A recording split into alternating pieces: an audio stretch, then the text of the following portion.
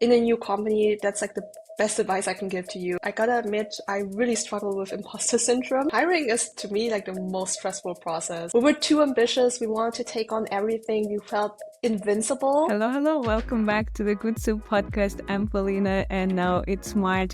I have short hair, and it can only mean one thing, that we all want to start something new jobs and projects. And I think this podcast is the best thing to boost your motivation, because we have an amazing guest, Monika. She is our ex-manager, and she's just the most hardworking and inspiring person. And we're super excited to share this conversation with you. Please keep watching until the end, because in the end, Valentina and I talk about our own experiences and our learnings from this conversation. Let's get started.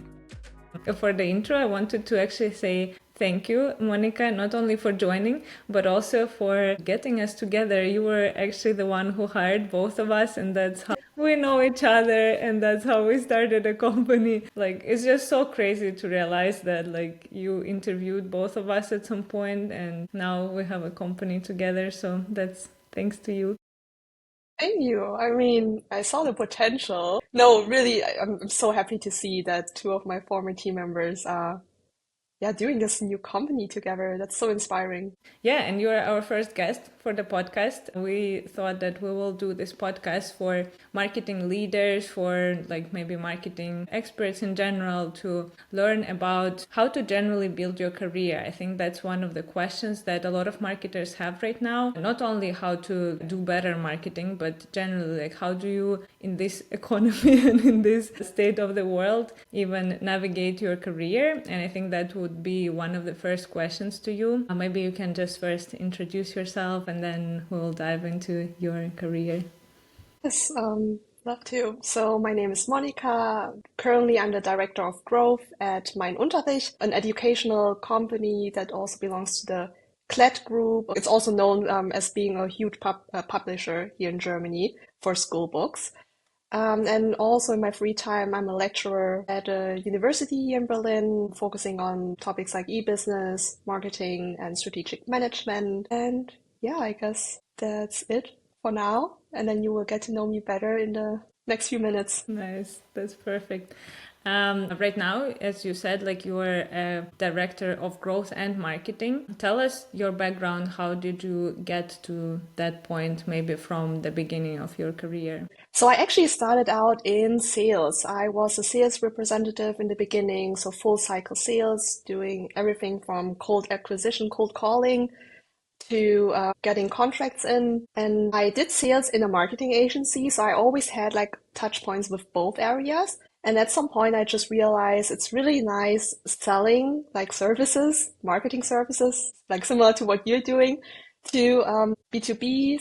But I also want to understand like what is being implemented out of all the strategies that I'm selling. What are we implementing, and also how successful are they? Like, are we actually adding value? So that is the point where I decided to switch into marketing instead, to also learn more about like the actual marketing work. So I kind of had the chance back then to build up a new like performance marketing team within our company. So it was kind of like a mini startup within the company. We had to prove ourselves first. So I also had to do the sales. So even though I already transitioned into becoming like the performance marketing consultant, I still had to do sales, get our own leads in, get our own clients in, see whether there's even kind of like a product market fit or service market fit, I'd say.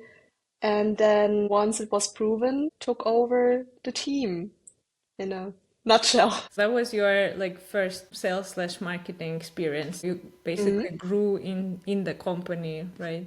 Kind of the first like management experience as well. We had like a marketing director to build up this team. We had a few marketing managers, and I was like one consultant who initially came up with the idea of building out like this marketing team and coming up with like a business plan.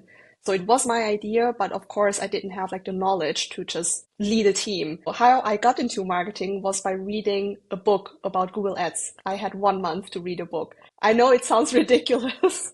That's how I started out in marketing. And yeah, but then at some point, so we were all colleagues, but at some point our marketing director was just sick for a really long time.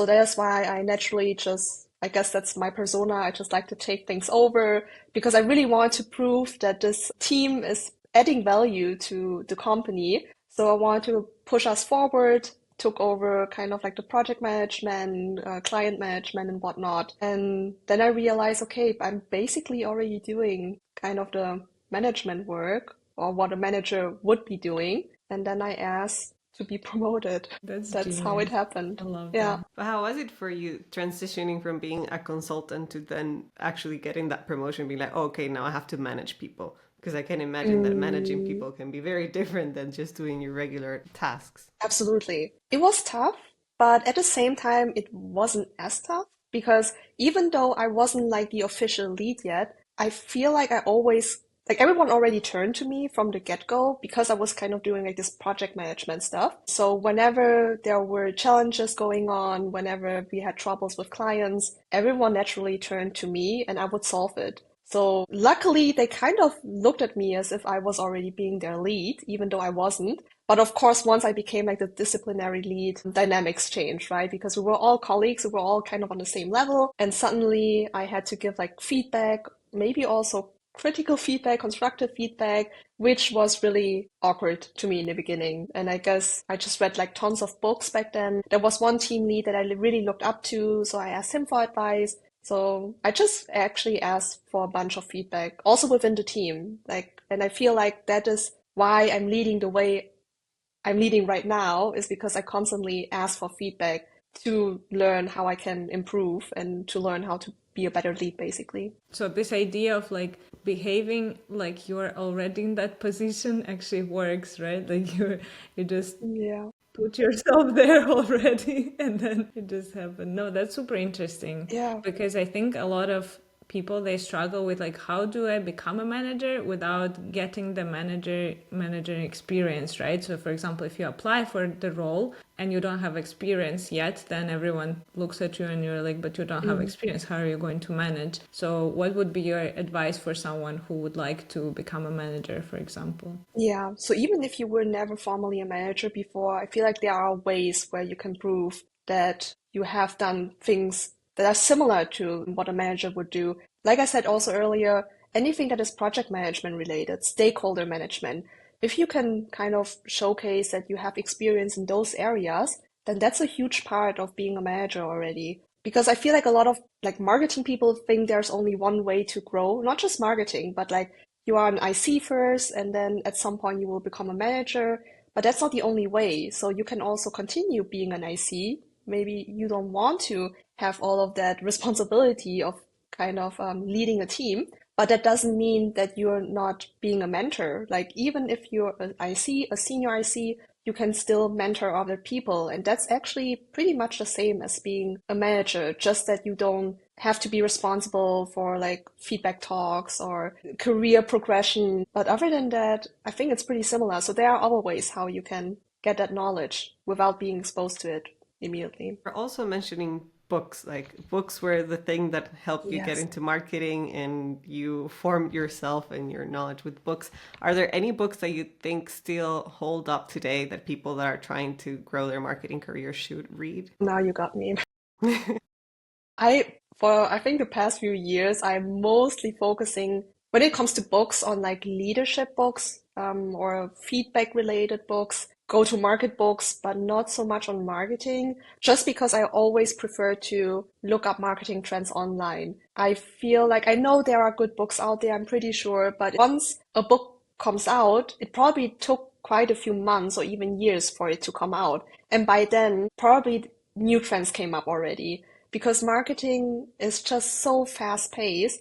That is why I don't naturally gravitate towards books when it comes to marketing. When it comes to management, I think lots of amazing books out there. So I think High Output Management, for example, it's rather old, but yeah, lots of truth to it. So I think when it comes to management, so Playing to Win, I really like. Generally, Radical Candor is something that's more feedback related, but that's something I know I also recommended to you, I think, Yeah, back I can then. see it also in your bookshelf right now. Um, I have like a very long list in my Notion of all the books, and I tag them like, Maybe what we is can it share about? like some of them. Yeah, we can Yeah, share it in the absolutely. notes. Now you learn about marketing trends on LinkedIn, you said, right? A lot of times. So I really like, because I just feel like on LinkedIn, it's really mostly up to date. So if you follow like the right people, or right companies, then you just get your updates immediately. Or I do like on Google Trends, type in some sort of keyword to keep up with news and then get my emails. I really like Marketing Brew. That's the newsletter, which you also probably know about because I recommended it back then for like also latest updates. So there are so many out there. I can't even count them all, but yeah. Yeah, I think for LinkedIn, the problem is that most people they don't know who to follow, and then they open their LinkedIn feed and it's full of Mm, trash, and they're like, "Wow, this is so bad," and then they never open it again. But I think it's like with any other social media, you need to curate it first, and then you actually start following people who give good advice. That's what happened to me, for example. In the beginning, it was also not good, but now exactly. I learn a lot from LinkedIn as well. Should we move into your next adventure, which is Y42? Absolutely. I was the first person to join you at Y42, and I saw how you grew that team from just being yourself to, I don't even remember, I think at some point we were like 10 people, including the creative team. 11. 11, look, that's a lot. And it was a startup, and we were 20 people at the start and then 100 and something. So, how was that journey for you? So, I mean, generally speaking, lots of ups and downs, but I guess that's just normal for a startup, right? But I gotta say, I've learned so much. So it was really nice growing and developing a team from scratch, basically. Yeah, I think the way we grew was also not really organically. So in the beginning, as you can remember, we were hiring a lot of people ourselves, and then suddenly the creative team, they were not part of the marketing team before, and suddenly we took over. Suddenly there were just like four people at once that joined the team. So kind of learning how to deal with so many direct reports was a huge challenge actually, like for me, because I never had that many direct reports at the same time before. And you also want to take aside like enough time to talk to everyone, to develop them. Yeah, that was insane. What were your biggest takeaways from working at Y42? Because you were there quite a bit. I think we were together for a few years there. My biggest takeaway, I mean, I like to think back of Y42 and think about all of the amazing people that I had a chance to work with. So I know this is not like project specific or anything, but I was rarely in a setting where I had that many ambitious people around me. And I feel like we all pushed each other. And what was really inspiring is I always thought that in such a kind of high growth setting, people at some point would start, would be toxic, or just like the culture would be really toxic and people wouldn't collaborate anymore, especially sales and marketing. And I never really felt that, especially not with sales and marketing. Like we were so collaborative. We were all seeing like this one big vision, want to push this company forward. We were really proud of being part of Y42. That was just a really nice vibe. But I guess that was very particular to like building and growing a startup. I guess for like the biggest problem with a startup, and we see it now with building our own company, is that there's nothing, right? Like you have to actually build it from scratch, and like Mm, just moving something from the ground takes so much work and effort. And I remember like you were like super inspiring to me, but I know that also it wasn't easy. Like the amount of work you put into this company and into building the team and supporting all of us, it was just crazy. So maybe you can share a bit of your learnings in terms of like how did you navigate the challenge of like having so much work and what you learned from that experience. I cannot really lie about this because how did I manage like the amount of work? I didn't really. I just worked tons of hours. So I'm not sure if that's like the best thing to say because I would definitely not recommend that. But it wasn't just me, right? Everyone was just working so much. We were so invested, like also like especially me, like emotionally invested into this company. But it really helped that I hired great people. So I know that my hiring process took a bit longer than maybe other teams, just because I personally was crazy picky. I think also for you, Paulina, it took us months to finally find you. And when I saw your CV, when I talked to you, I was like, we need to get her on board ASAP. So having a great team around you really helped with like navigating these challenges because I knew I could trust you all. We were all in this together and I don't have to do everything by myself anymore. Because in the beginning, it was really just me and then Valentina. There were too many priorities going on. So that's also one learning, like deprioritize radically. That's something I've learned now because I feel like back then we were too ambitious. We wanted to take on everything. We felt invincible. Like it truly felt like whenever I talked about this company, it was like we're like the hottest shit out there. So we wanted to do too much, and I feel like it would have helped if I would have deprioritized a lot of more stuff. And about the hiring process, maybe you can share some of that because that sounds really interesting that you had like a long hiring process. Like, how do you pick people that are so good? Like No, I you can't. too. Yeah, exactly. Not to flatter ourselves, you know. Yeah, actually, I just really like to get to know people. So first of all, and I think that's nowadays like normal with all companies, we had like several steps to the hiring process. So of course, pre-screening, I always had like an interview or a talk with you. There was always a case study involved. I know like not everyone likes a case study. I'm not a big fan of giving like a huge case study, which takes you like hours or even days to finish. I do think it kind of helps to understand how your thought process is. And that's the same thing that I also tell my students actually. Like for me, it's not so important to see whether you solved something correctly or wrongly, because there is no right or wrong, especially if you're kind of an external and if you don't have enough context yet, there is actually no way for you to solve something correctly. And marketing in itself it is a discipline that is not really right or wrong. There's always like this gray area. You can do so much. So for me, what's really important is to understand how are you thinking about things? What's the thought process? And I think a lot of my questions are targeting towards like that direction. I'm also not trying to only hire one type of person. I do want there to be diversity, to be different personalities, but there should be a certain working style also to be able to work with me because I am also a very particular type. And I think like if the thought processes match, then yeah, then it's a call. And in your cases, I immediately felt that it was matching. You just check for a vibe. That's it. Yeah, because you already proved yourself, right? In a case study, if you already got this far. Of course, I mean, CV was good to begin with. I don't care about CV too much because it doesn't really tell us a lot about the actual experience. So I rather want to go beyond and see what the person can actually tell me about themselves. That is also, I know people hate it, but I always start off with, what can you tell me about yourself that is like not on your CV?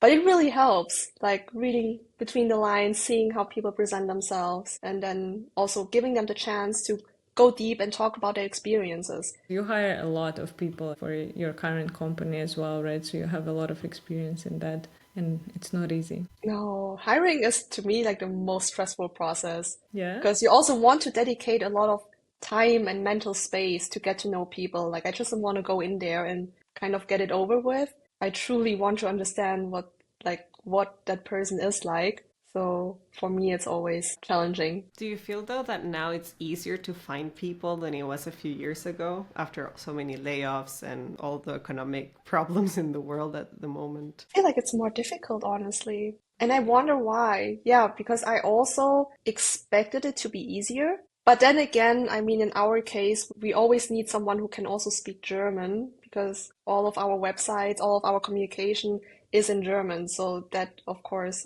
increases complexity. Yeah, since you started talking about your current company, now you work in education. That's a new industry for you. What are some of the specific challenges that this industry has? Generally speaking, I gotta say I was very surprised with like the company that I am with right now, just because I kind of expected it to be a little bit slower, maybe not as innovative because it's part of the educational industry.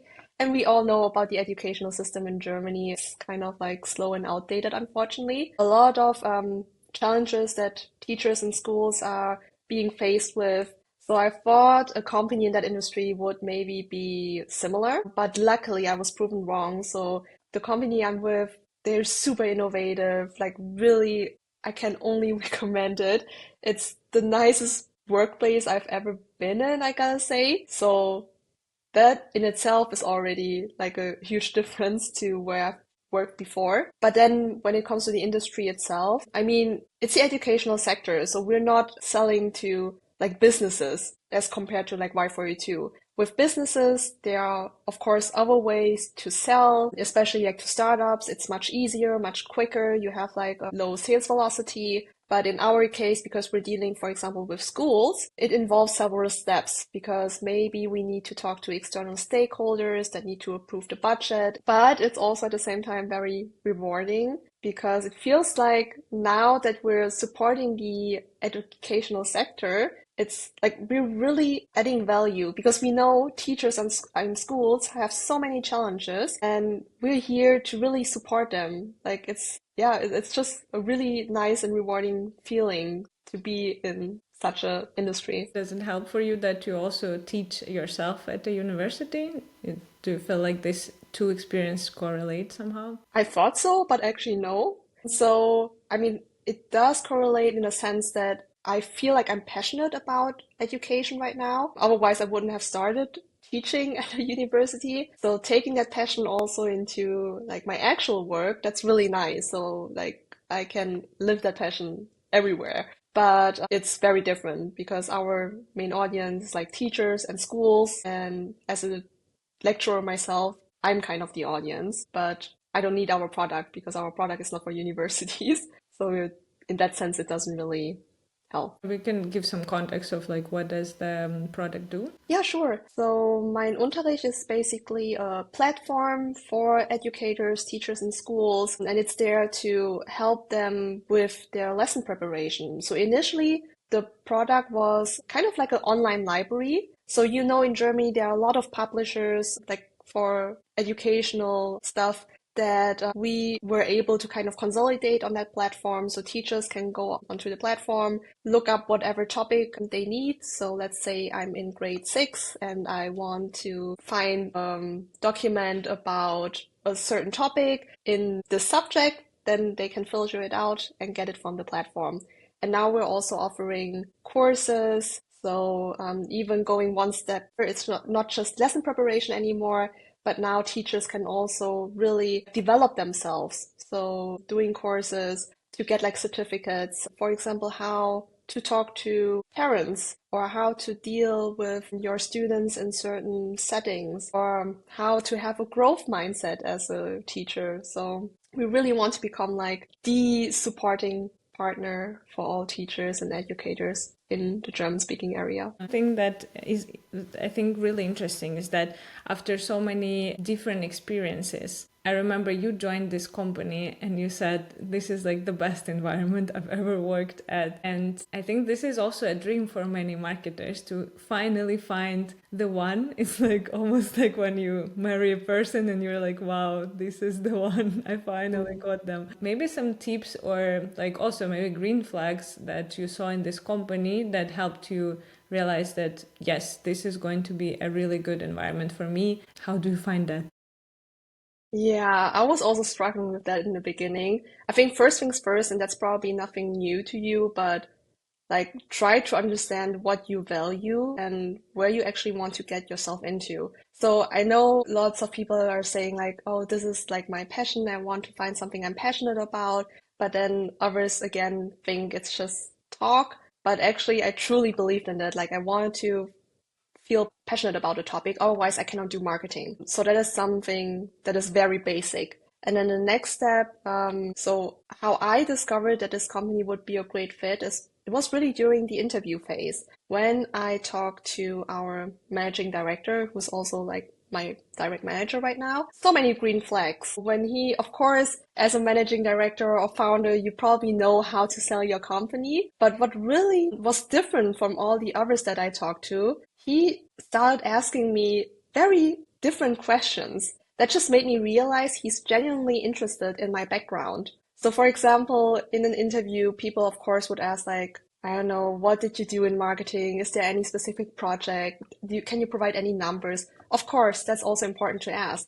But then he went beyond that and asked me about also my sales background and how did I move from sales to marketing? And I'm not kidding, no one ever asked me this before, especially not in an interview setting. So I was like, that is so interesting. And it just like that same vibe also carried through like all the other people that I talked to from that company. Like everyone was just so genuinely interested. And also another thing is because it's not a startup, people were not in this company for like a month or two, but they were there or they are with this company for quite a while already, which I don't really see these days anymore, especially not in a startup space, right? So when I heard about someone being there for like 3 years, 4 years, I'm just like, wow, this is new to me. So it must mean, and I already got the vibe like, okay, they also seem to be innovative, but at the same time, people stay there. So how does this match? It must mean this company provides a really good environment for people to feel comfortable enough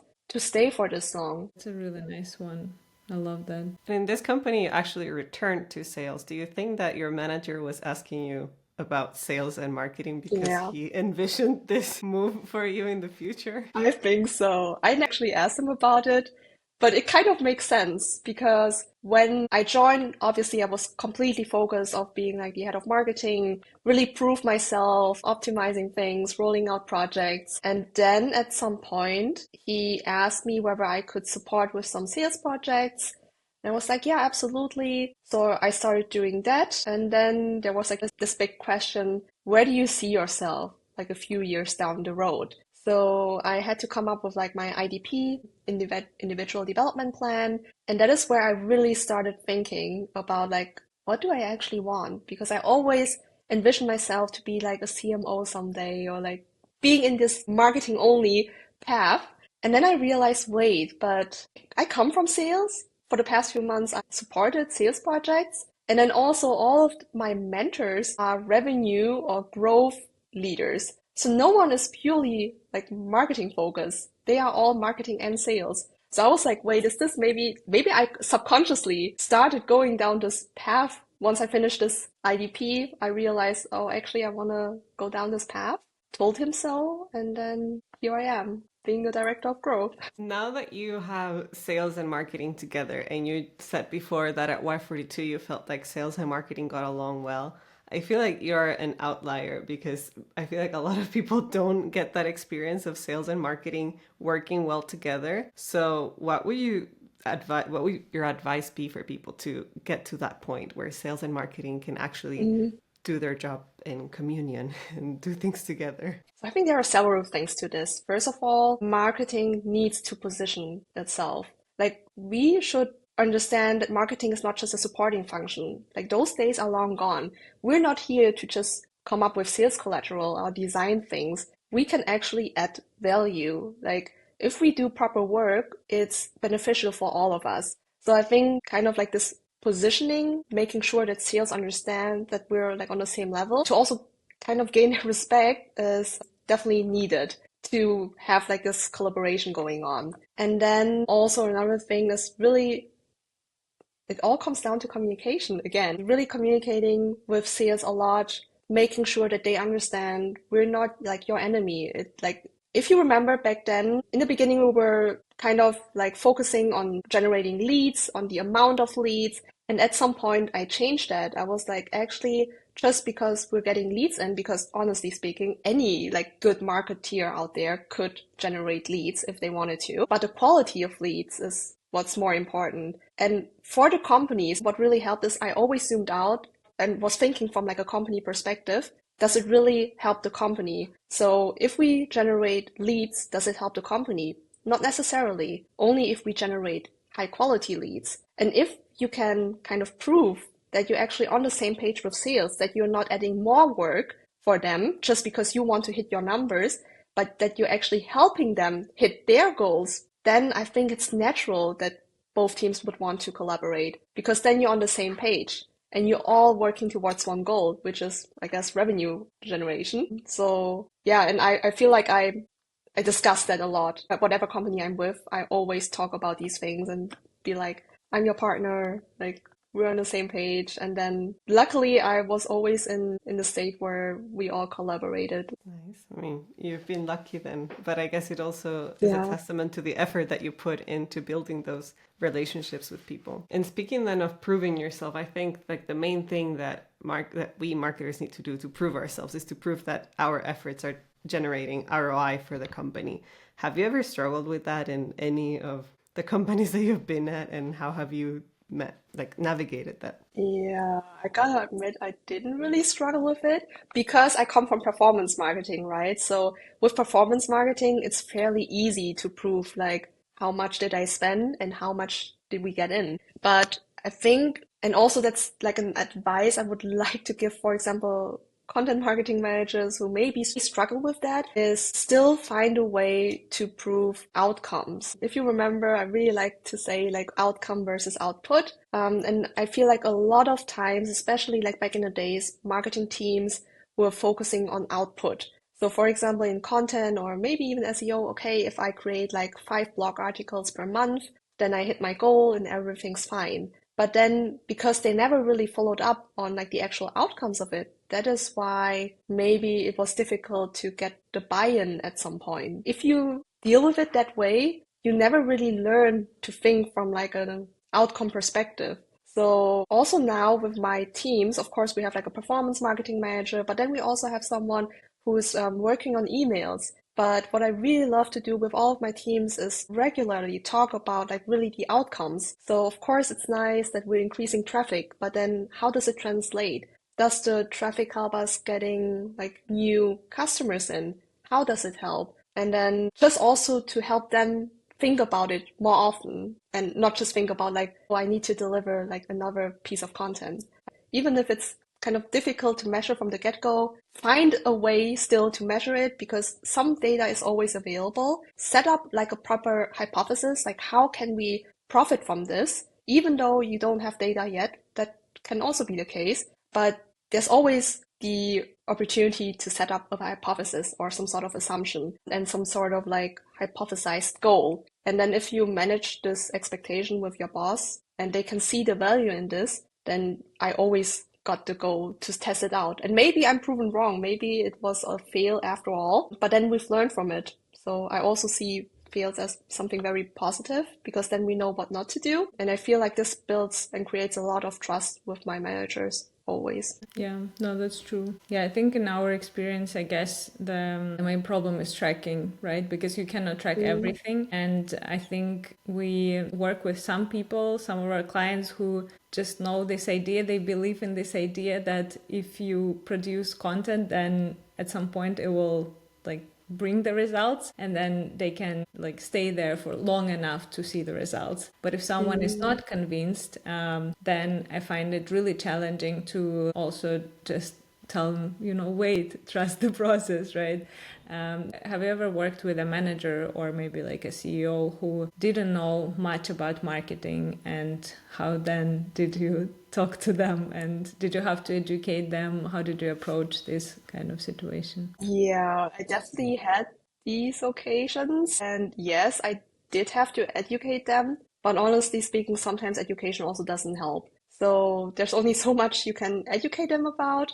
But there are also certain types that just don't want to listen. They just want to see like quick results. So in that case, you need to produce quick results first. And the easiest way to do so for me, especially when I join a new company, when I'm the only person, is doing performance marketing. And then because that is the way how I build up like a little bit of trust. And then I can come up with like other initiatives that may not produce results as quickly, but because trust is already there, I can just be like, trust the process. And then, yeah, that is actually how I navigated it. So I don't think it's particularly helpful to you right now, to your like case, but yeah, but that's how I do it. That's really nice. I love this advice because I think a lot of marketing leads who just start in a new company can benefit from that. They can be like more strategic about the initiatives. Maybe they know that something will work, but they know that it will take more time. but then they can be a bit more smart about it and be like, okay, we start with something that produces like quick results. Yeah. 100%. Like seriously, when you join in like a management position, or actually whatever position, doesn't matter, in a new company, that's like the best advice I can give to you. Prove yourself real quick, show results. I mean, there was a reason why they hired you. There is already some sort of trust to begin with.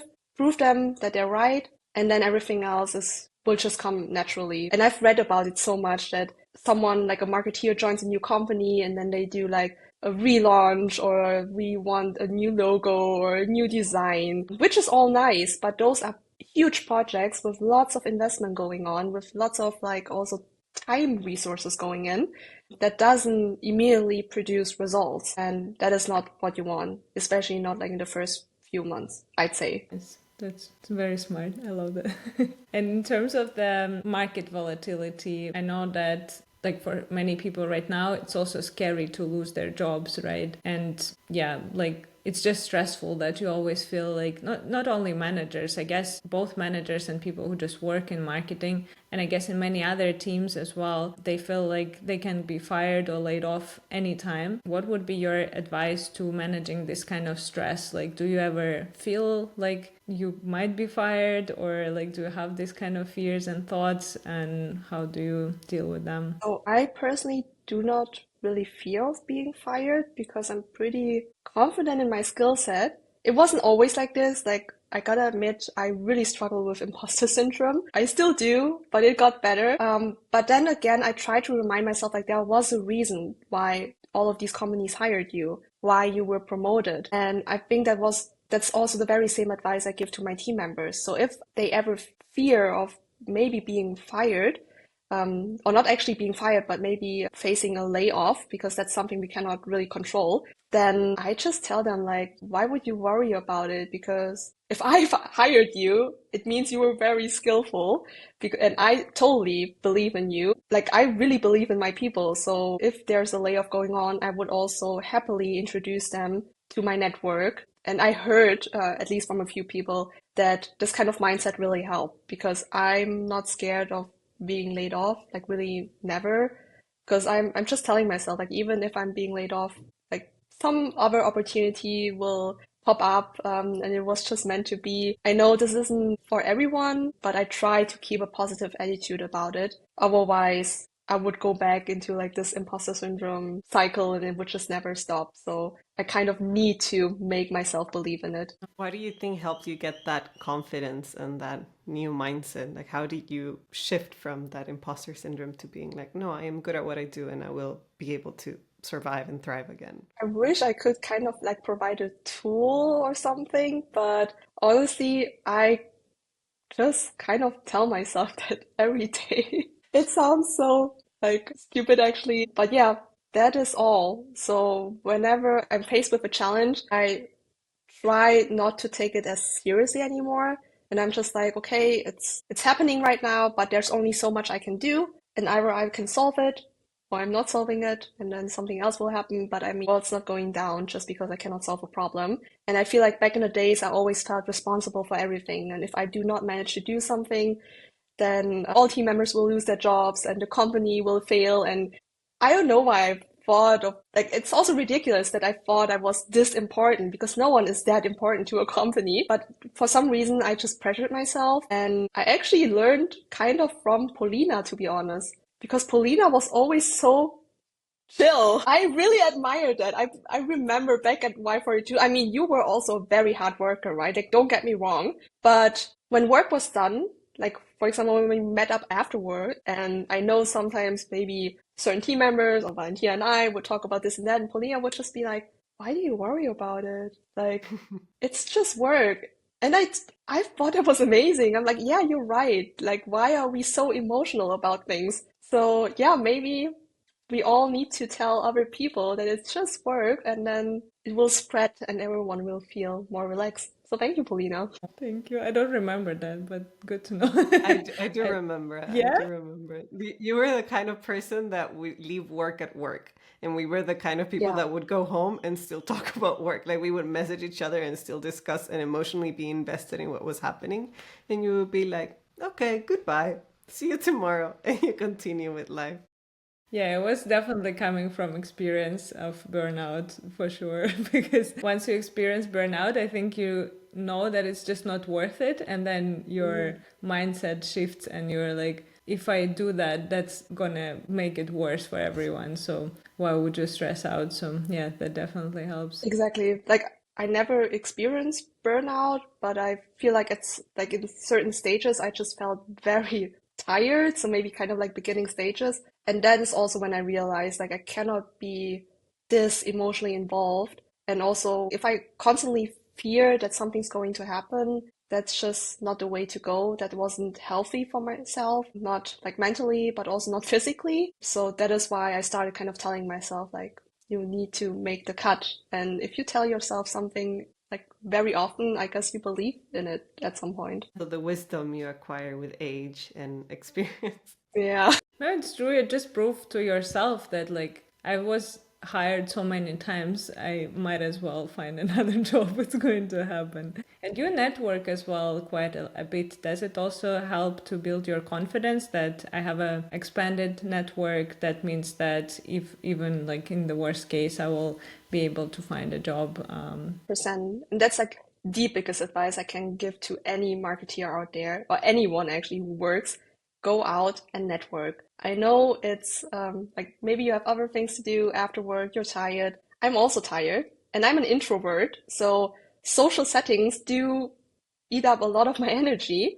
But I force myself to do so also because I want to keep track of like latest trends, meeting other people like in the industry or in the startup space or whatever there is in your city. It really helps. And that is also like it felt very safe having this network because I knew even if I wouldn't have a job anymore, I could reach out to my network and I would definitely get an intro real quick or at least get like freelance work. Like I always had several people asking me whether I could start freelancing, whether I can consult. It's not really a thing for me, so up until now I always declined it. But that is also something like I knew I could get work and I don't have to starve basically, which made me really confident. Yeah, really happy to also be in this like privileged position and to have such an amazing network that does support me. And that also kind of goes into like my confidence because knowing that people recommend me,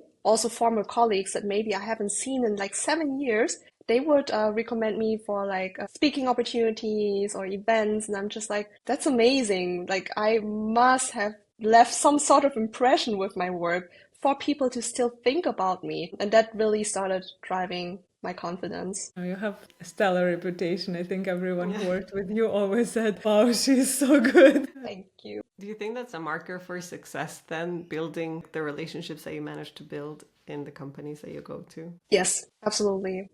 I also truly believe in you always meet people twice in your life. So I never really understood that even if you leave a company, even if everything like did not work out well, just for myself, I want to deliver to the best of my abilities. I want to leave the company on like a clean slate. So that is, I think, also a way how I was able to keep up like the good contact also with former colleagues or former bosses because sometimes I mean I also left companies because it didn't match like the way that my boss worked with me or communicate with me, it just didn't match with my style, but still we're in touch.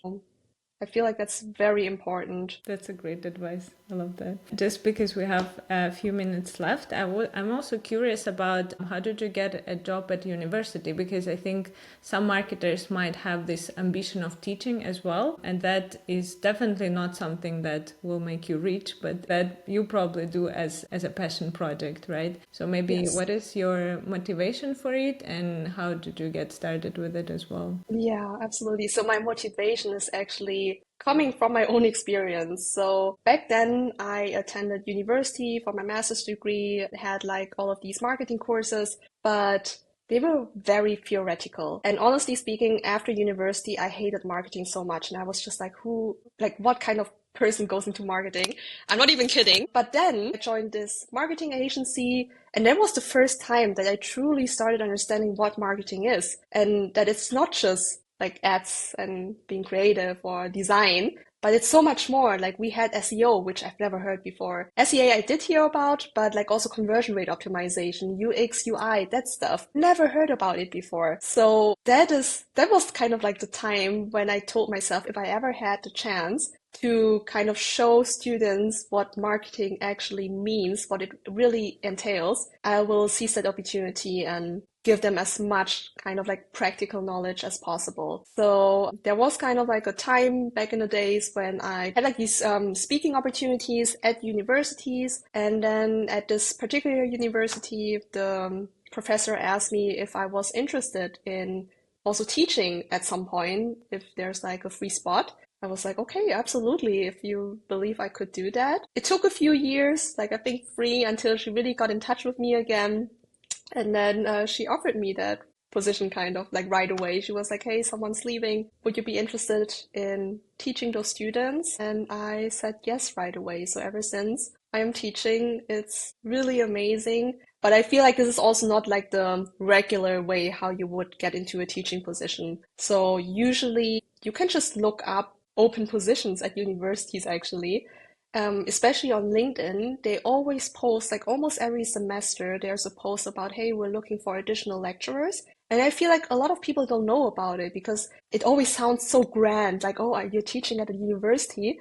I get so many questions about it. I'm just like, honestly, there are posts about it. You just need to apply. In some cases, you maybe need to do like, what is kind of like Probevorlesung? Like a test lecture. Exactly, thank you. Kind of like a test lecture. So it does require a few more steps. In my case, I was just very lucky that I already had like this network and I got in right away. And ever since I actually get tons of requests from like other departments, like, hey, can you take over this class or that class? But I have a full-time job, so I can only dedicate so much time to teaching. So inspiring. Thank you so much, Moni. Just to give back what you have said. So basically, your main or my main takeaways from this conversation with you is that you recommend everyone to focus on building relationships, on networking, working on that communication, especially with teams that you have to have a synergy with, like marketing and sales, and just really going for it, like asking for things, because from the experience that you have shared with us today, you just go for it and you ask for it and you try to believe in yourself, even if there's like a little voice in your head telling you that you shouldn't. I think also the power of affirmations, if we want to go there, and just repeating things to yourself until they become real. Is there anything else that you would want to add to that? Like anything else that people that are trying to climb into their, like grow their marketing career, that they should take into consideration? I think maybe one minor suggestion is maybe really keep up with marketing trends and marketing buzzwords. I know this sounds ridiculous maybe, but like every year basically it feels like for something that already exists, there's a new like hot keyword. And sometimes you just need to adjust because maybe the work that you have done before actually covers like this new stuff, but because you're using like an older title or whatnot, recruiters who are not in like the marketing space, they may not understand that you actually bring in the skill set. So I actually had this talk before with people who were struggling to find like a new job or whatnot. And I looked into that, like looked up their LinkedIn profile and immediately I was like, your skill set is amazing, but maybe you just need to brand yourself differently. Like I know LinkedIn branding is a whole different topic, but just put growth in there. It helps. Nowadays it helps because everyone's looking for a growth marketer. I mean, the sad thing is everyone defines growth marketing differently. For some, it entails everything. You need to do SEA, SEO, whatever. For some, it's just like a different word for SEA or performance marketing. So really depends on the company, but it actually helps with getting on the radar of recruiters. And also in interviews, do not talk about like your title because oftentimes recruiters don't quite understand what that entails, but talk about like your achievements and what you actually did and that it actually is very much aligned with the position that you applied for. Kind of help them understand that. I see so many times that people just kind of assume that recruiters would understand what they did. That's just not the case. So That's cool. a great tip. I love it. Yeah. And speaking of the trends, then, is there any one trend that you're really focused on for this year that you're trying to implement in your company? Like do a campaign on it or something? And I just saw Polina posting about it today, but optimizing for LLMs, actually. So what did you call it? GEO, right? Yeah, I think that's a huge thing. Not a lot of people are thinking about it just yet, so it's a really good time to jump on board and get ready for that. Have you seen any success in, like, for example, some case studies? Because I think right now it's more theoretical, right? Like we assume that it's going to work, but we don't know yet. I guess it's like with many other trends, that's the case. But have you seen any companies actually succeeding with that already or not yet? Succeeding? No, I would lie if I'd say yes. For now, it's also just kind of this theory, but I also attend quite a lot of webinars, like as a listener for now, and then hearing like HubSpot talking about it and all of like these pioneers that it's going to be huge, and like I can see why. And at least I want to try it. If it's not working out there, I don't think there's anything to lose because it's just kind of like also doing SEO, but a little bit maybe more focus on that. It's just like an additional step. It's not something completely new.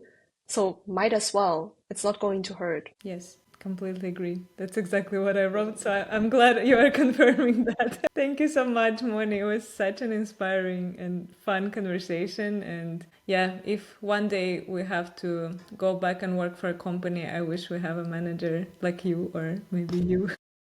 Thank you. That's the nicest thing I can get You're from such. like someone. Yeah, thanks. I really appreciate that. And thank you so much for joining us and believing in us in our first episode of the podcast. Before Thanks we for let you having go, me. though, we cannot let you go yet. We have to ask you the most important question for the Good Soup podcast.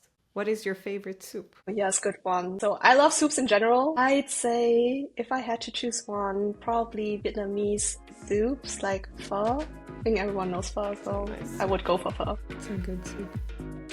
Good soup. Now I'm hungry. Same. All right, then. Thank you so much, Moni. Thank you. Thanks for having me.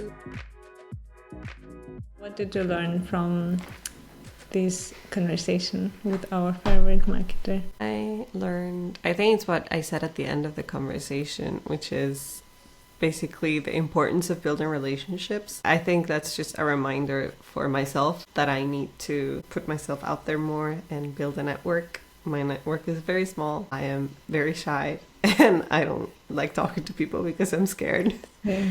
And I think that, just putting yourself out there and networking with people is true. It's so important. Like, we have seen that with how we are growing our company, that the way we get the leads that convert are through recommendations. And how do you get recommendations?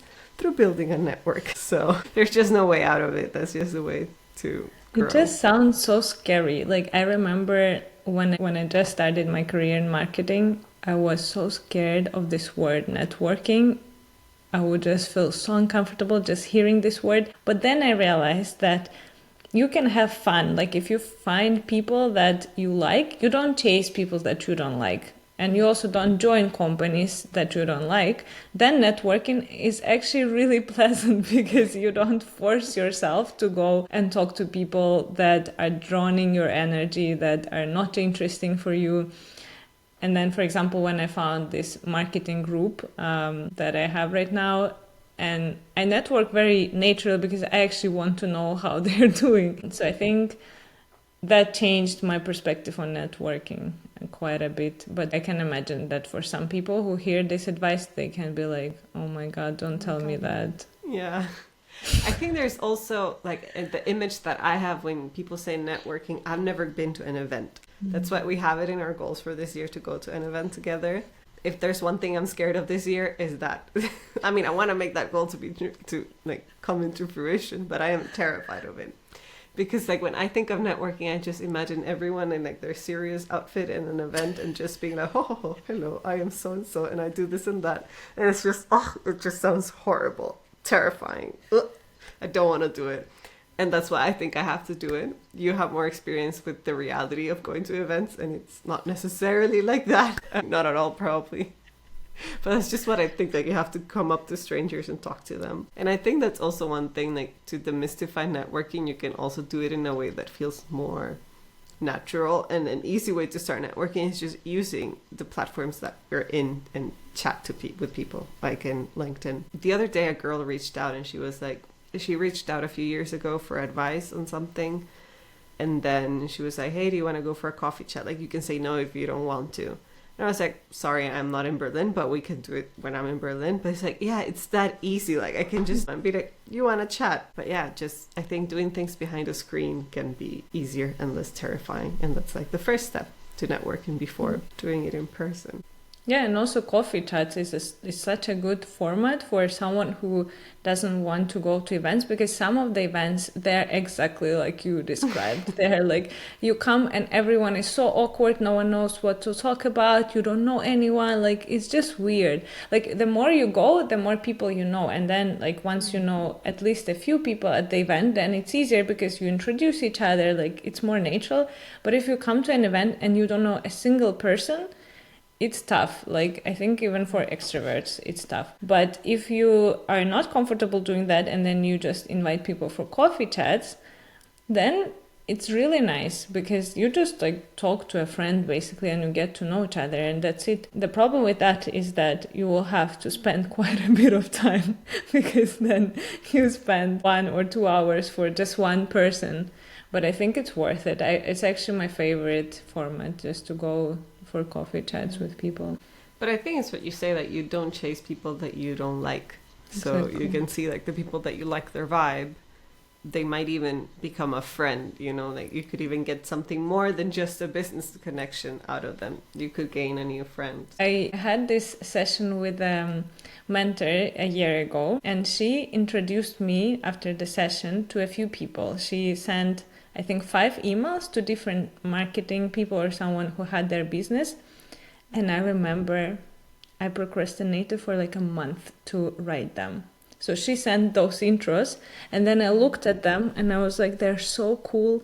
There's no way I can ever talk to them because they have their own companies, they have their own like marketing firms. I'm like, oh my God, what am I going to tell them? Like, what do I bring to the table? Then I literally recently I checked those emails. I ended up writing to all of them. I just procrastinated for a long time. But I actually met 4 out of these 5 girls and we became friends with almost all of them. It's crazy. Yeah. Like one of So them is cool. Dominika, remember her? She's like the nicest person ever. Like she's so sweet. And now, like looking back, I'm like, what was I so afraid of? But I think that question, like, what do I bring to the table, is so, like, the thing that you have in your head. I always have that, like, what would I talk to this person about? Like, what the heck?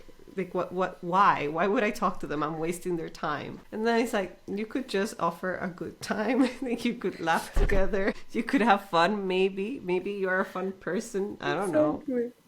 Ask your friends. Why do they hang out with you, right? Why do you hang out Yeah, with me, Polina? Maybe it's that can... hilarious. Exactly. Like, yeah, it's crazy. I think it's a problem with women. We're just, there's something wrong with us. Like, why do we even think that? And also being like an introverted person, it just makes it harder. But yeah, we But we have all to think be... about ourselves as introverts. I don't think we are. I think I am. I think I am. I've always thought I am. I I'm don't just think you are. I'm just a talkative person, but if you don't talk to me, I'm not gonna talk. Like, I can be there completely quiet. I need you to talk to me first, and then I won't shut up. Like, then it's on you. But yeah. Or Moni, for example, when she says, I'm such an introvert, and you were like, yeah, for sure. I think though it's also that another takeaway. Like, you just have to suck it up and build the confidence. Like, just tell shit to yourself that helps you change your mindset. I don't know, I'm seeing that in my personal life right now. I just met a few girls that I thought were cool. And I was like, well, previous Valentina would be like, oh, I mean, it would be nice if we could work together or something, but that's never going to happen. And now I was like, how about I just ask them and maybe something comes out of it. And now we're going to go for the 3rd time co-working this week. And I'm hosting them for a collage night on Friday. So it's like, you just have to ask. Like what Moni said, you just have to ask and you might get. You might not get. That also happens. You ask for things and that doesn't mean that you're going to get them. But if you don't ask for them, then you're for sure not going to get them. So like my mom always says, like, you already have a no. Like a no is for sure there. But if you ask, you might get a yes. So we have to start asking for things. But rejection, I think, the fear of rejection. Yeah, that's It's tough. on the way. But I guess you just get used to it by exposing yourself to it. Exactly. And learning to not take things personally and learning to just let things go and not being so emotionally invested. And also what Moni said, like not thinking you're so important. Like just because someone says no to something, that doesn't mean anything about you. It just means maybe they don't have the time, they don't have the capacity. And even if they don't want to, why does that mean that you all of a sudden suck or something? Like, no. It's just okay, you're not that important. Like just reminder, like you can tattoo that on your forehead, you're not that important. Stop overthinking things. Yeah. Yes, exactly. This is what we take with us this week. We hope that our listeners learned a thing or two, and we see what we have for next week. Bye. Thank you so much for joining this conversation. I hope you enjoyed it. And if you did, please leave us a message. You're one of the few people who can support us because we are still a small podcast and your support means the world to us. And if you want to see book recommendations, recap from this episode, we put together a newsletter on Substack and you can find it in the description of this episode. See you next time.